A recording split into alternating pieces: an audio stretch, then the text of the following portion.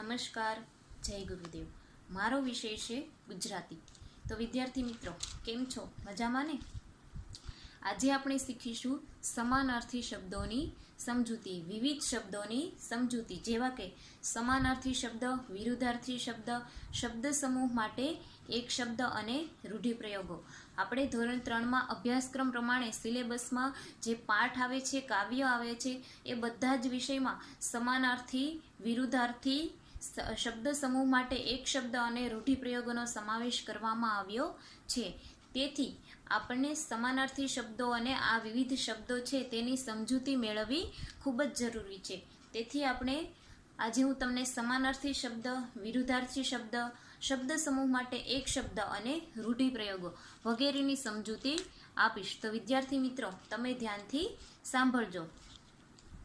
તો સૌપ્રથમ આપણે સમાનાર્થી શબ્દોની સમજૂતી મેળવીશું।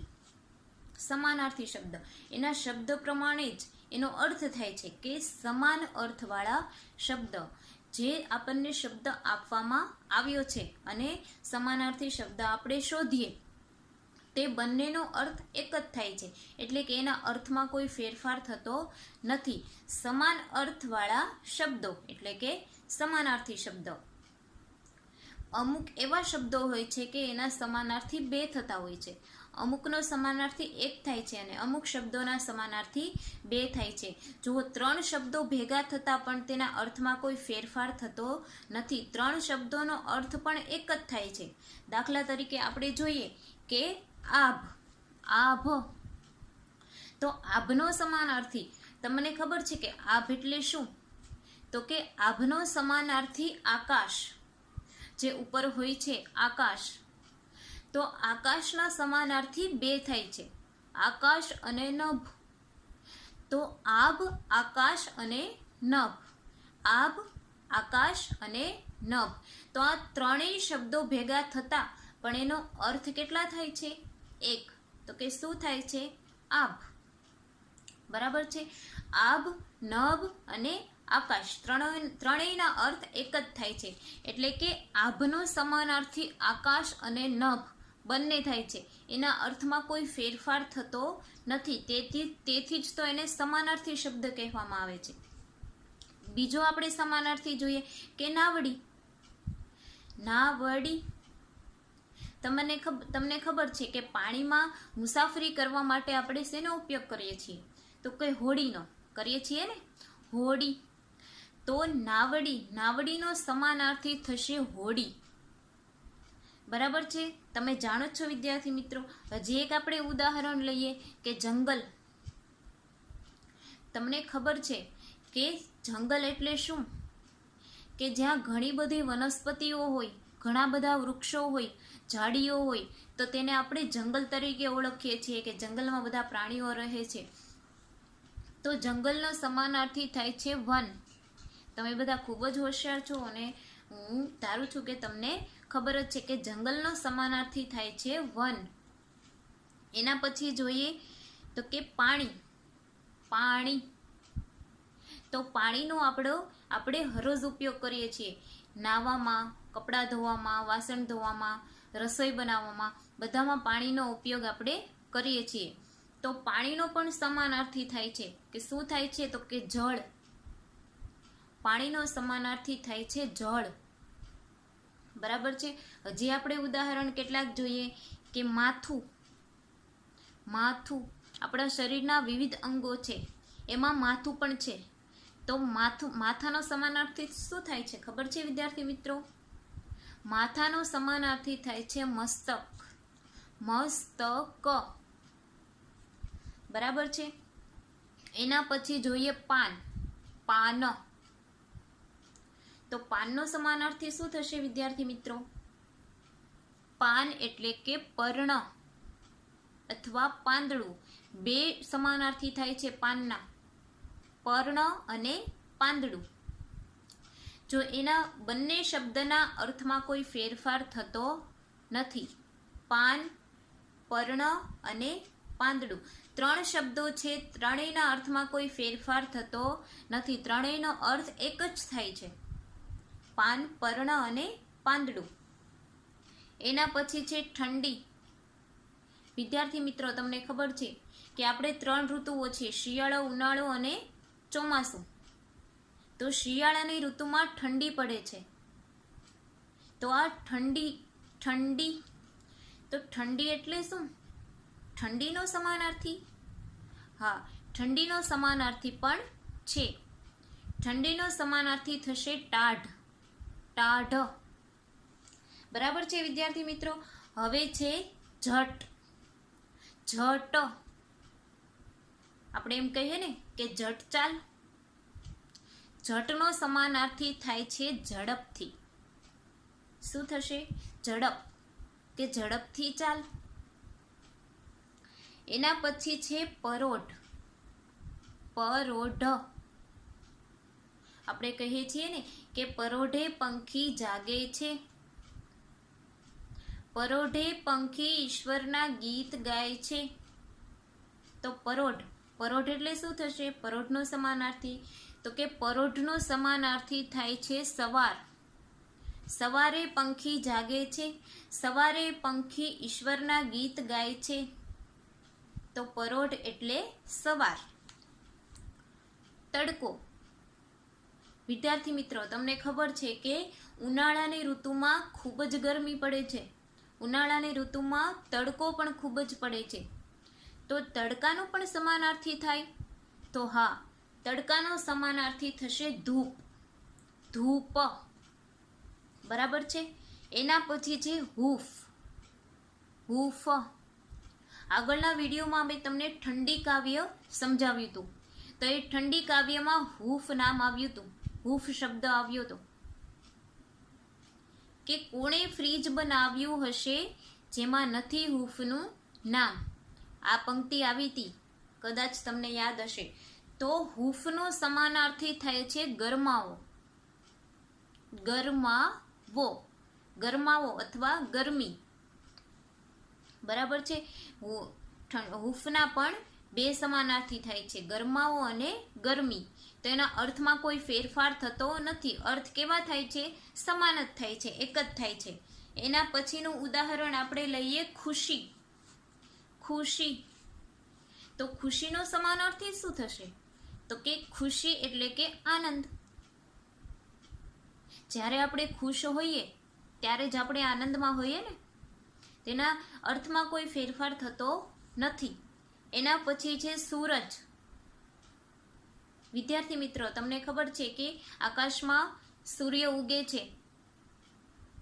સવારે સૂર્ય ઉગે છે. તો સૂર્યનો સમાનાર્થી વિચારો. સૂર્યનો સમાનાર્થી ખબર છે? તો કે હા, સૂર્યનો સમાનાર્થી થાય છે રવિ અથવા સૂર્ય. સૂર્યના તો ઘણા બધા નામ છે, ભાસ્કર પણ થાય છે. બરાબર છે ને વિદ્યાર્થી મિત્રો? કે સૂરજ એટલે રવિ અથવા સૂર્ય. એના પછી છે પરિવાર. વિદ્યાર્થી મિત્રો, તમને ખબર છે કે આપણે એક સાથે પરિવારમાં જ રહીએ છીએ. પરિવારમાં કોણ કોણ હોય છે?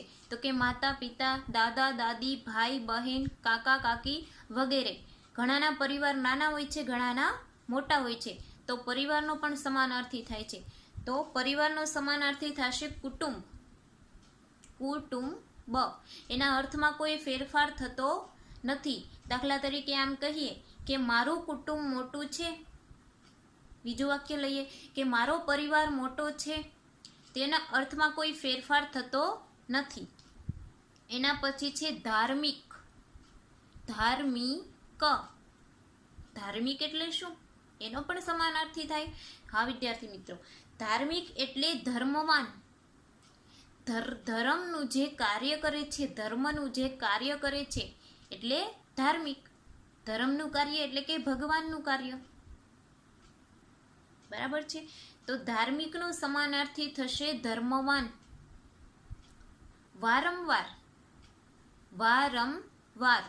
વારંવારનો સમાનાર્થી રોજે રોજ, નિત્ય. એના પણ 2 સમાનાર્થી થાય છે. વારંવાર એટલે કે રોજે રોજ અને નિત્ય. એના પછી છે યાદ. યાદ, યાદનો પણ સમાનાર્થી થાય. હા વિદ્યાર્થી મિત્રો, યાદનો સમાનાર્થી થશે સ્મરણ. સ્મરણ. ઘણી વાતો આપણને એવી હોય છે આપણને બહુ યાદ રહે છે ને, તો યાદનો સમાનાર્થી થશે સ્મરણ. સ્મરણનો પણ એ અર્થ થાય છે અને યાદનો પણ એ જ થાય છે. પછી છે રાત. જ્યારે સૂર્ય આથમી જાય છે, સૂર્યાસ્ત થઈ જાય છે, પછી શું થાય છે તો કે રાત પડે છે, તો રાતનો સમાનાર્થી પણ થાય. હા વિદ્યાર્થી મિત્રો, રાતનો સમાનાર્થી થશે નિશા. નિશા. નિશા એટલે રાત્રિ. અવાજ. અવાજ. આપણે અવાજ રોજબરોજ અલગ અલગ અવાજ સાંભળીએ છીએ, કોઈ બોલે છે તો તરત આપણું ધ્યાન ત્યાં જતું રહે છે, તો એનો સમાનાર્થી શું થશે? અવાજનો. તો અવાજનો સમાનાર્થી થશે ધ્વનિ. શું થશે વિદ્યાર્થી મિત્રો? ધ્વનિ. એના પછી છે આશ્ચર્ય. આશ્ચર્ય. દાખલા તરીકે આપણે એવી કોઈ વાત સાંભળીએ તો આપને આશ્ચર્ય થાય છે ને, તો આશ્ચર્યનો પણ સમાનાર્થી થાય છે. શું થશે તો કે નવાઈ. નવાઈ. બરાબર છે. તો એના પછી છે આંખ.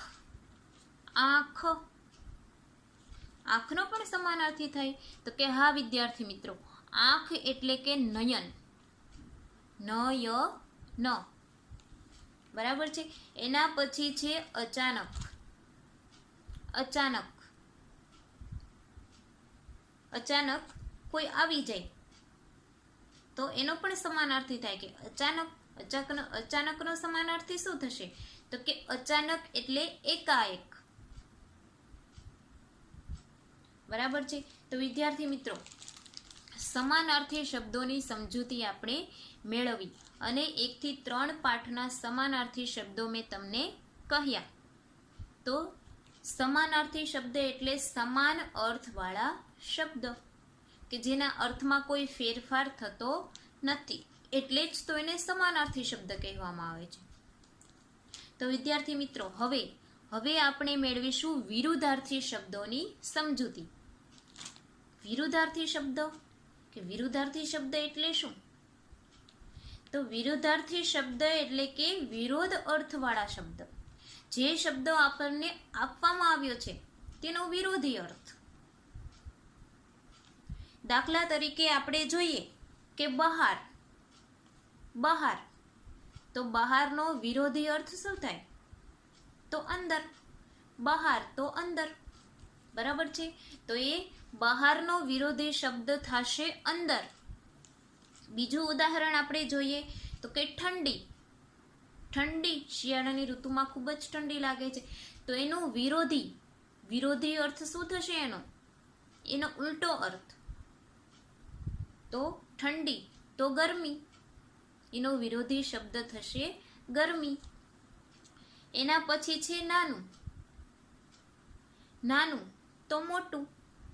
બરાબર છે. તો એના પછી છે ઉપર.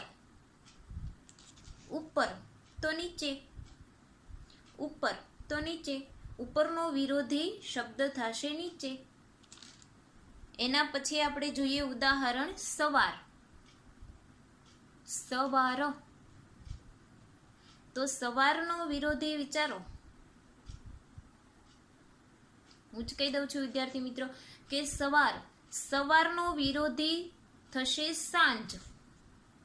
બરાબર છે. વિરોધી અર્થ. સવાર તો સાંજ. રાત. રાતનો વિરોધી શું થશે તો કે રાતનો વિરોધી શબ્દ થશે દિવસ. વિરોધી અર્થ આપણે લેવાનો છે એટલે તો એને વિરોધી અર્થ શબ્દ કહેવાય. એના પછી છે તડકો. ખૂબ જ તડકો છે, આજે તો ખૂબ જ તડકો છે, તો એનું વિરોધી છાંયો. આજે તો ખૂબ જ છાંયો છે. બરાબર છે. એનો વિરોધી અર્થ આપણે લીધો. તડકો તો છાંયો. સવાર તો સાંજ. દિવસ તો રાત. ઉપર તો નીચે. બરાબર છે વિદ્યાર્થી મિત્રો. હવે જોઈએ ગરમ. ગરમ. તો ગરમનો વિરોધી શબ્દ શું થશે? ગરમ તો ઠંડુ.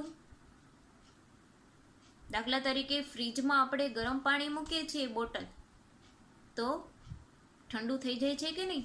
તો ગરમનો વિરોધી થશે ઠંડુ. પછી જોઈએ ગરીબ. આપણે કહીએ ને કે આ વ્યક્તિ ખૂબ જ ગરીબ છે, તો ગરીબનું વિરોધી થશે અમીર. અમીર અથવા ધનવાન, એના પણ બે વિરોધી થાય છે. જો વિદ્યાર્થી મિત્રો, સમાનાર્થી શબ્દના અમુક શબ્દના બે સમાનાર્થી થતા હતા, એવી જ રીતે વિરુદ્ધાર્થી શબ્દમાં પણ એમ જ હોય છે કે અમુક શબ્દોના બે વિરોધી થાય છે. એના પછી આપણે જોઈએ દુઃખ. દુઃખ તો દુઃખનો વિરોધી થશે સુખ. દાખલા તરીકે આપણે એમ કહીએ કે આ વ્યક્તિ તો ખૂબ જ દુઃખી છે, તેનો વિરોધી થાય કે આ વ્યક્તિ તો ખૂબ જ સુખી છે, કહીએ છીએ ને. તો દુઃખનો વિરોધી થશે સુખ. એના પછી છે શાંતિ. શાંતિ, જ્યાં કોઈ અવાજ નથી આવતો કોઈ જ પ્રકારનો, તો આપણે એમ કહીએ ને કે ખૂબ જ શાંતિ છે, તો શાંતિનો વિરોધી થશે અશાંતિ. શાંતિની આગળ શું લગાડી દેવાનું? અ લગાડી દેવાનું. અશાંતિ એનો વિરોધી બની ગયો. એના પછી છે સ્વીકાર. સ્વીકાર, તો સ્વીકારનો વિરોધી થશે અસ્વીકાર. બરાબર છે. પછી જોઈએ પ્રશ્ન. દાખલા તરીકે તમારા શિક્ષક છે, એ તમને શું પૂછે? પ્રશ્ન. તો પ્રશ્નનો વિરોધી શું થશે? તમે શું આપો છો એને? જવાબ. તો પ્રશ્નનો વિરોધી થશે જવાબ. જીવન. આપણે જીવન જીવીએ છીએ, ખબર છે આપણને, તો જીવનનો વિરોધી થશે મૃત્યુ. એના પણ બે વિરોધી થાય છે, મૃત્યુ અને મરણ. મૃત્યુ અને મરણ. એના પછી છે પુણ્ય. દાખલા તરીકે આપણે કોઈ સારું કાર્ય કરીએ તો લોકો કહે છે કે તમને પુણ્ય મળશે.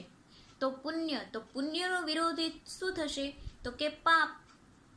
પુણ્ય તો પાપ, એનો વિરોધી અર્થ આપણે લીધો. એના પછી છે બીમાર.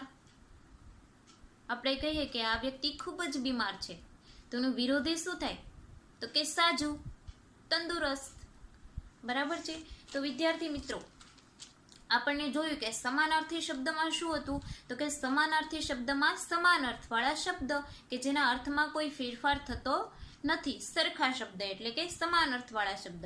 વિરોધી શબ્દમાં શું હતું? કે શબ્દનો વિરોધી અર્થ. હવે આપણે શું જોઈશું? હવે આપણે જોઈશું રૂઢિપ્રયોગો. રૂઢિપ્રયોગો એટલે શું? તો કે ગમે તેવી પરિસ્થિતિ હોય એ પરિસ્થિતિઓને શબ્દમાં રજૂ કરવી. જે પરિસ્થિતિ હોય એ પરિસ્થિતિને આપણે થોડાક શબ્દમાં રજૂ કરીએ, એ રૂઢિપ્રયોગ છે. દાખલા તરીકે આપણે ઉદાહરણ મેળવીએ, ઉદાહરણ જોઈએ રૂઢિપ્રયોગના. રૂઢિપ્રયોગ આપવામાં આવ્યો છે કે મન મારીને બેસી રહેવું. મન મારીને બેસી રહેવું એ રૂઢિપ્રયોગ આપણને આપવામાં આવ્યો છે. તો તેનો અર્થ થશે મનની ઈચ્છા દબાવી રાખવી. દાખલા તરીકે આપણને બાળકને ઘરની અંદર રહેવું ગમતું નથી, એને બહાર રમવા જવું ગમે છે, ખૂબ જ ગમે છે. બહાર રમવા જવાની બાળકની ઈચ્છા છે.